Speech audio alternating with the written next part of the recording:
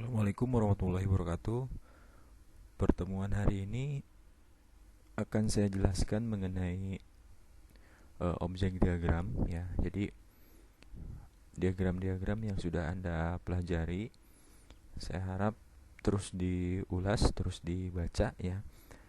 Karena seperti yang sudah disampaikan sebelumnya, UML adalah keluarga diagram. Jadi banyak diagram yang harus Anda pahami ya, meskipun secara umum diagram yang paling utama seperti use case, activity, deployment, sequence dan class itu yang paling sering digunakan ya terutama untuk tugas mata kuliah di APSI, KKP ataupun tugas akhir ataupun skripsi. Tapi bukan berarti diagram yang hari ini Anda akan pelajari tidak penting ya, karena mungkin aja masa depan Anda nanti di dunia IT, bergerak di dunia IT, masuk ke konsultan IT atau software house atau ke perusahaan IT yang bergerak di aplikasi mobile ya, startup, itu akan sangat berguna. Makanya fokus mendengarkan materi khususnya hari ini yang saya sampaikan dan yang sudah saya sampaikan, terus diulang, terus diulas, terus didiskusikan, karena materi yang saya jelaskan ini tentu saja jangan berpuas diri Anda mendengarkan, tapi tetap harus menggali terus, membaca terus, supaya pemahaman Anda benar-benar bisa teruji.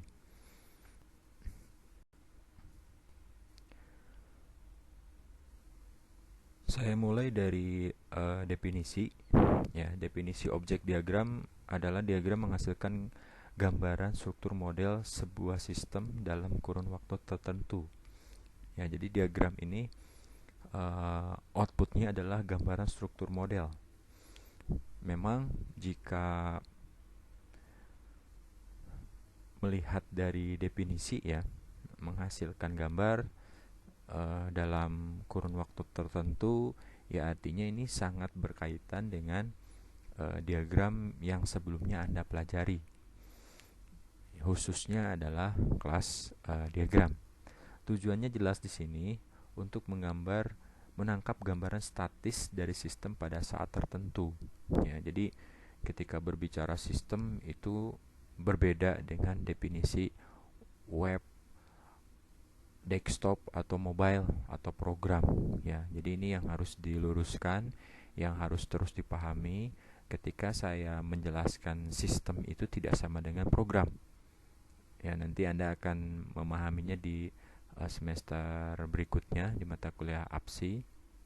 Jadi ketika berbicara sistem itu aspeknya sangat luas ya, makanya di sini harus digambarkan supaya Anda sebagai sistem analis, khususnya sebagai programmer misalnya, itu lebih mudah untuk melihat keterkaitan antar objek yang berinteraksi di dalam sistem tersebut.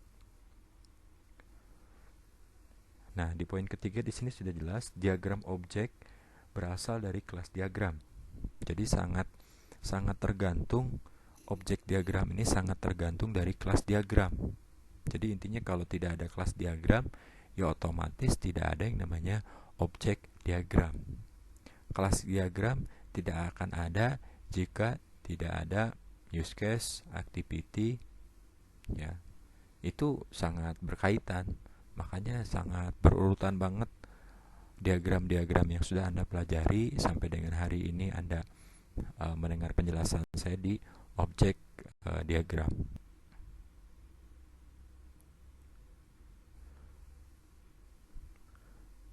Kemudian objek diagram biasa juga disebut sebagai instance diagram karena sangat mirip dengan kelas. Ya, jadi kalau kelas diagram yang sebelumnya Anda pelajari itu kan menggambarkan keterhubungan antar kelas. Kalau kita tarik di pertemuan pertama, perancangan sistem berbasis objek itu identik dengan kelas, operasi, atribut, objek ya. Karena di dalam Di dalam kelas itu kan ada objek-objeknya. Ya seperti halnya mahasiswa. Mahasiswa itu ibaratnya sebuah objek di dalam sebuah kelas. Ya misalnya kelas 12, ya di dalamnya ada siswa, ya, atau 12 1A, ya berarti di dalamnya ada objek-objek mahasiswa. Makanya disebut sebagai instance diagram. Nah, kalau persamaan mengenai diagram ini menjadi instance diagram, ini biasanya muncul di UAS nanti ya. Kemudian poin berikutnya, seperti halnya kelas diagram, objek diagram juga mengerahkan hubungan antara objek, tetapi objek diagram memakai contoh-contoh di dunia nyata. Jadi nanti supaya lebih jelasnya sih, ada beberapa contoh yang nanti akan saya jelaskan.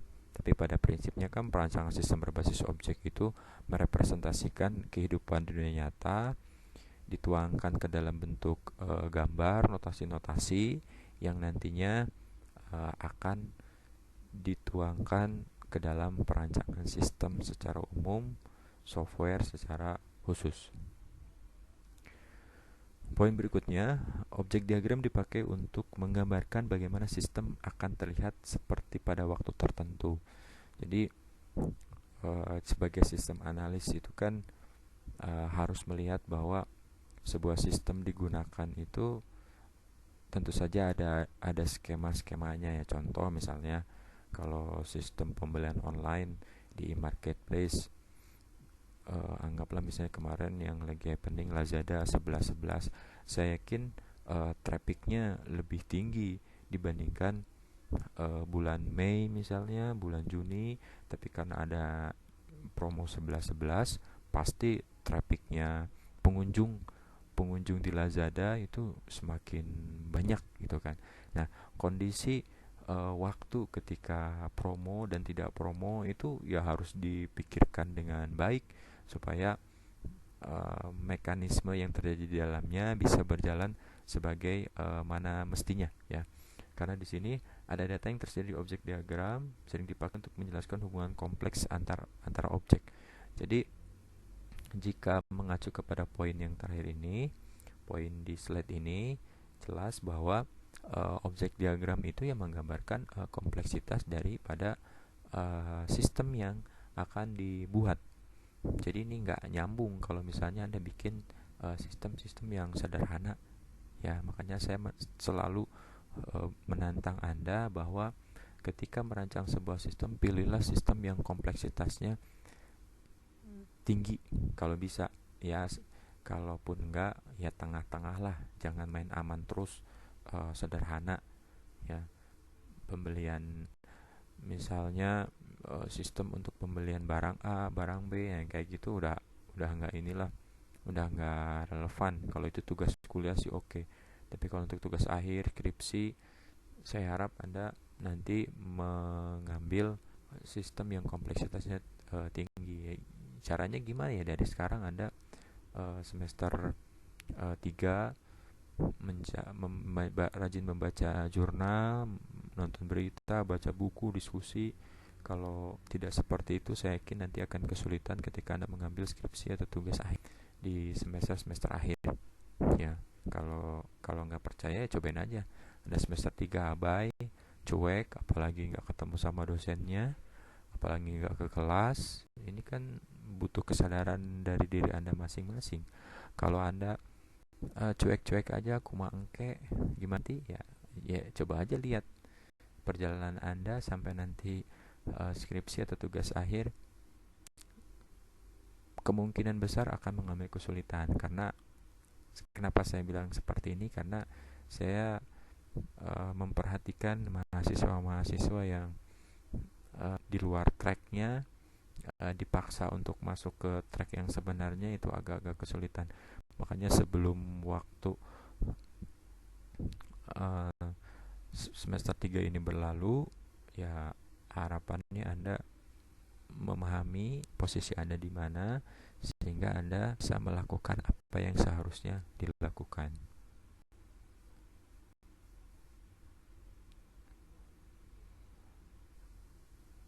Berikutnya di sini ada tujuan objek diagram ya. Tujuan objek diagram ini mirip dengan kelas diagram. Jadi perbedaannya kalau misalnya kelas diagram ini model abstrak yang terdiri dari kelas dan hubungan antar kelas tersebut, ya. Tapi kalau misalnya objek diagram ini contoh pada saat tertentu yang konkret di alam dunia nyata maksudnya. Ya, jadi kalau Anda baca-baca buku UML, Anda membaca bahasa-bahasa yang ada di slide ini agak-agak jelimet, ya memang bahasanya seperti itu. Ya, makanya Anda kalau baca-baca buku UML khususnya nih, jangan kayak baca novel sekali dari awal sampai akhir sekali udah selesai. Jadi harus terus diulas, harus terus diulang supaya maksudnya itu dipahami, karena banyak pengistilahan sehingga Anda pun harus mencernanya lebih maksimal lagi. Nah, artinya objek diagram lebih dekat dengan perilaku sistem yang sebenarnya. Ya, jadi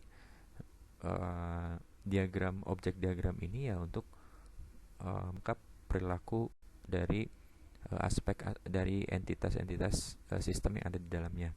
Ya, tujuannya jelas menangkap gambaran statis. Ya, gambaran statisnya itu seperti apa, realnya seperti apa, itu digambarkan oleh objek diagram. Kemudian jika berbicara simbol dan notasi, ini objek diagram mengacu juga kepada kelas diagram, terutama dari sisi relasinya, ya.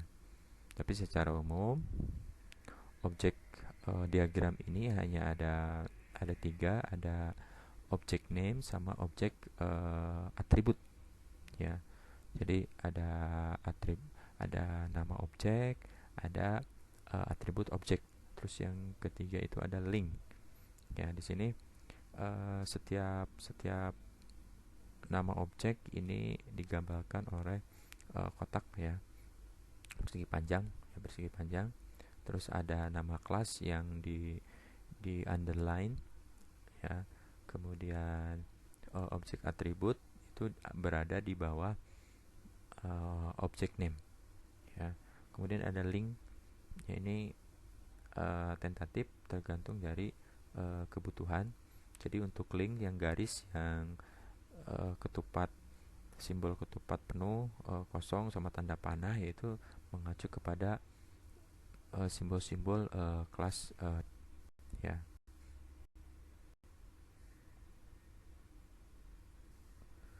Nah, kemudian ini ada penjelasannya lebih spesifik lagi. Penulisan objek pada diagram ditulis dengan garis bawah, ya, pakai underline. Kemudian jika menyebutkan nama kelasnya juga diikuti dengan tanda titik 2. Berikutnya ini bentuk umumnya ada instant name, titik 2, class name. Nah, di sini jika hanya menyebutkan nama kelasnya saja, maka tetap harus mengikuti sertakan tanda titik 2. Ya, titik 2 ini untuk penulisan dari objek name. Lebih jelasnya nanti akan saya jelaskan di contoh.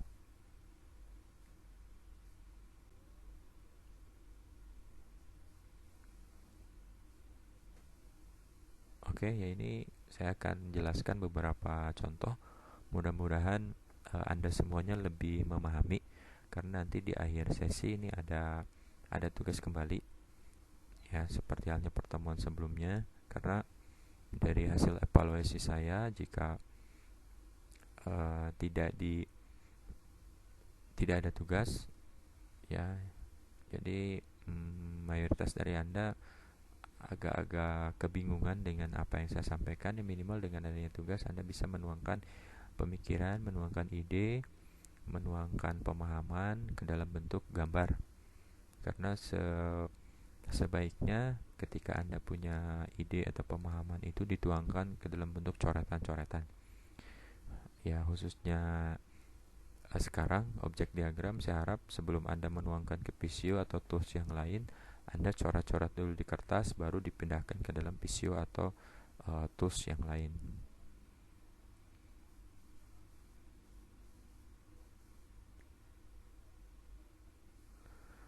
Ini contoh dari perubahan ya, dari perubahan kelas diagram menuju objek diagram. Ini sebenarnya ada di bahan kuliah ya, di bahan kuliah. Yang pertama di sini kelas diagram, ada kelasnya user, ada kelasnya transaksi, ada kelasnya barang, ada kelasnya detail transaksi. Nah, untuk detail transaksi ini merupakan turunan dari kelasnya transaksi. Kemudian dirubah ke dalam tabel-tabel ya.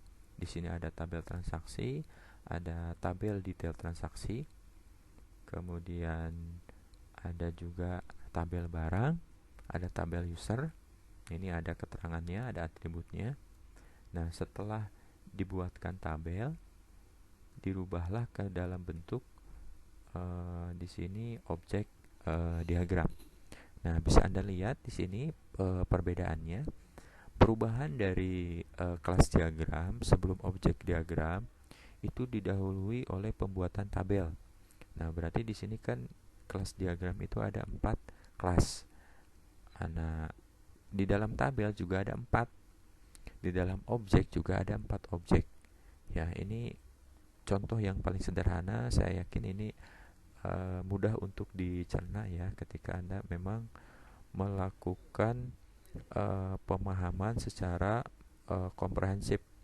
Jadi kelas-kelas yang ada di sini itu dirubah ke dalam bentuk tabel. Jadi ada keterangannya di sini, misalnya ada nomor transaksi, ada tanggal, ada total, tabel detail transaksi ya. Ini turunannya dari tabel transaksi ke detail transaksi.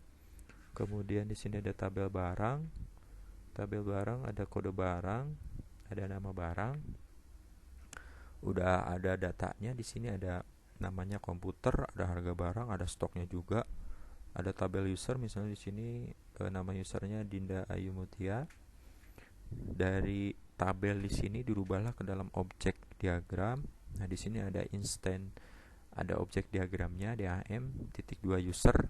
Nah, .2 user ini berarti kan nama kelasnya ya, yang berinteraksi dengan objek laptop. Berarti masuk ke kelas barang. Kemudian TR015 ini ditransaksi dengan atributnya masing-masing. Jadi jika dilihat dari perubahan kelas diagram ke objek diagram, ya tentu saja harus ada keterangan detail dari tabel-tabel sesuai dengan jumlah kelas diagram.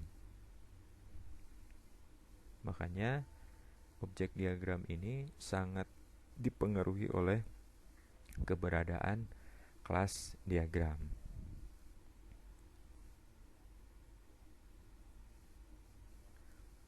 Nah, berikutnya contoh yang lain. Di sini ada kelas diagram, kemudian ada objek diagram. Kalau di sini kan hanya ada dua kelas ya, ada writer sama dokumen. Nah, kalau di sini objek diagramnya ada penambahan, ya, ada master titik 2 dokumen. Jadi di sini ada draft dokumen, di sini ada draft masternya. Ya, ini contoh yang lain dari objek diagram.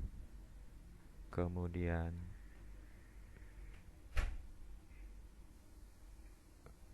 ini contoh yang lain. Nah, di sini ada link, ada objek, ada anonymous, ada atribut.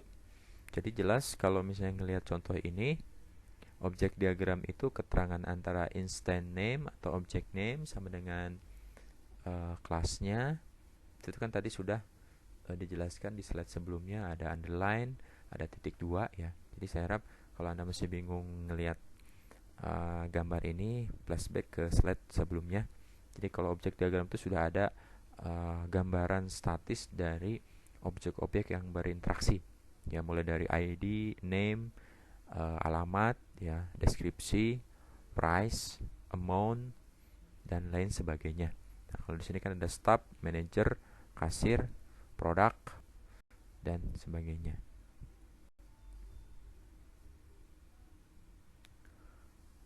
Berikutnya di sini contoh yang lain. Di sini ada kelas diagram ke objek diagram ya. Di sini ada broker, ada database, ada investor, ada portofolio, ada stock market, ke aset. Nah, di sini paling ke objek diagramnya ini ada penambahan, ada GUI. Jadi sudah digambarkan ke GUI ya, graphic user interface. Di sini misalnya ada stock market, ada asset trading, database, investor, portofolio. Paling di sini keterangannya tidak ada, belum lengkap ya untuk objek diagramnya. Nah, ini ya semakin kompleks sebuah sistem ya objeknya akan semakin banyak ya, tentu saja keterkaitan antar objeknya juga akan semakin kompleks. Oke, ini slide terakhir. Jadi Anda mengerjakan tugas dari tabel-tabel yang ada di sini. Jadi tabelnya ada tabel mahasiswa, tabel mata kuliah, tabel nilai, tabel jurusan, dan tabel dosen. Relasinya objek mahasiswa terhubung ke objek jurusan, mata kuliah, dan nilai. Ya, objek dosen terhubung ke objek mata kuliah. Jadi ini sebenarnya lebih mudah karena Anda tinggal langsung merubah dari tabel-tabel ini ke dalam tabel ke dalam objek diagram. Yang harus diperhatikan adalah relasinya. Ya, jadi relasinya kalau tadi yang saya contohkan itu kan hanya garis ya, garis biasa ya. Mungkin aja ketika ada keterkaitan, ada turunan, Anda bisa menggunakan garis atau link yang sesuai dengan kelas diagram. Ya, ini harap diperhatikan dengan baik. Saya harap ini sebagai bahan evaluasi saya. Apakah dikumpulkan? Pasti dikumpulkan. Mungkin tidak hari ini, tapi nanti akan saya minta secara tiba-tiba di recap dengan tugas-tugas sebelumnya yang belum dikumpulkan. Makanya saya harap Anda ketika mendengarkan penjelasan dari saya harus fokus ya, jangan berpikir kumaha engke gimana nanti, tapi nanti gimana engke kumaha ya. Penyesalan itu ada di akhir, dan Anda, saya yakin semuanya punya visi yang sama dengan saya, bisa memaksimalkan waktu. Kita tidak bertemu langsung di kelas karena saya yakin Anda punya motivasi yang tinggi untuk belajar, karena dunia IT adalah dunia yang memang perubahannya cukup signifikan, dan Anda berada di posisi yang tepat. Itu menjadi motivasi untuk Anda semuanya. Saya tutup perkuliahan online hari ini. Kalau ada yang ditanyakan atau disampaikan, saya persilahkan. Wassalamualaikum warahmatullahi wabarakatuh.